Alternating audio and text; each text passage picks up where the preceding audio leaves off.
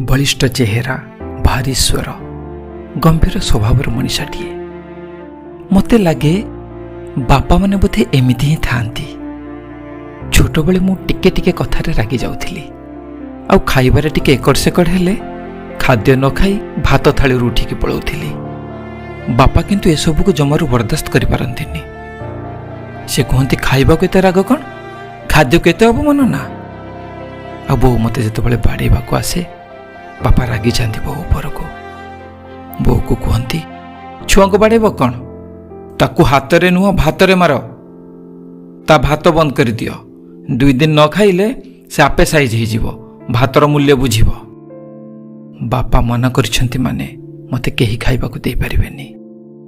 मते मते भारी कष्ट लागिला, कांद भी लागिला। मु बुझीगली आज दिन जाकर दंड कौन। दिन जाई संध्या हैला। बो थार सेमिति दांड दुआरे बसी शिଳରେ तार बेसर बाटु थाए। ठीक एतिकी बेले बापांक साइकेल बेल रो घंटी शुणागला। दांड दुआरे आसी साइकेल को रखिदे सीधा चलीगले घर भीतर को। मु मने मने भारी रागुथिली, किंतु जाई देखे तो बापांक साइकेल रे हैंडल रे तांको बैग झुलुची।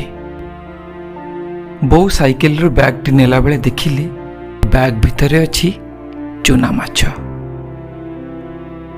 बापा जानती मु चूना माछ बेसर भारी भल पाए। सतरे कौन बापा माने रागी पारंती।